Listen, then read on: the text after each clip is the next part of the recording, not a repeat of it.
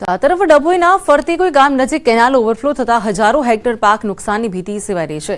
ખેડૂતોનો આરોપ છે કે વારંવાર તંત્રને જાણ કરવા છતાં પણ કોઈ પગલાં નથી લેવાતા।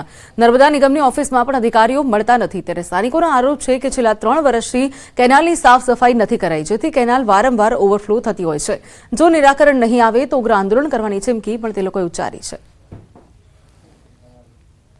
આ તરફ સુરેન્દ્રનગરમાં નવનિર્મિત ઘી સુરેન્દ્રનગર ડિસ્ટ્રિક્ટ કોઓપરેટિવ બેંકની કચેરીનું ઈ લોકાર્પણ કરાયું છે, ત્યારે કેન્દ્રીય ગૃહમંત્રી અમિત શાહના હસ્તે મુખ્ય કચેરીનું ઈ લોકાર્પણ કરવામાં આવ્યું છે।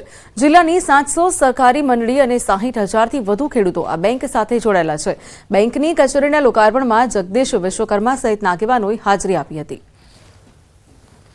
મને વિશ્વાસ છે મિત્રો, જે પ્રકારે આપણા વડાપ્રધાન નરેન્દ્રભાઈએ સહકારિતાને પ્રમુખતાથી પ્રમોટ કરવાનું કામ ચાલુ કર્યું છે, આવનારા દિવસોમાં સુરેન્દ્રનગર જિલ્લામાં દરેક ક્ષેત્રની સહકારી મંડળીઓ, ચાહે સેવા સહકારી મંડળી હોય, ચાહે દૂધ મંડળી હોય, ચાહે કન્સ્ટ્રક્શનની મંડળી હોય, ચાહે અનેક પ્રકારના કામ કરતા સહકારી મંડળી હોય, એની એક એપેક્સ બેંક તરીકેની બધી જવાબદારી હરદેવસિંહના નેતૃત્વમાં સુરેન્દ્રનગર જિલ્લા સહકારી બેંક ઉપાડશે। તો આ સાથે હાલ બુલેટિનમાં બસ આટલું। મને રજા આપશો। નમસ્કાર।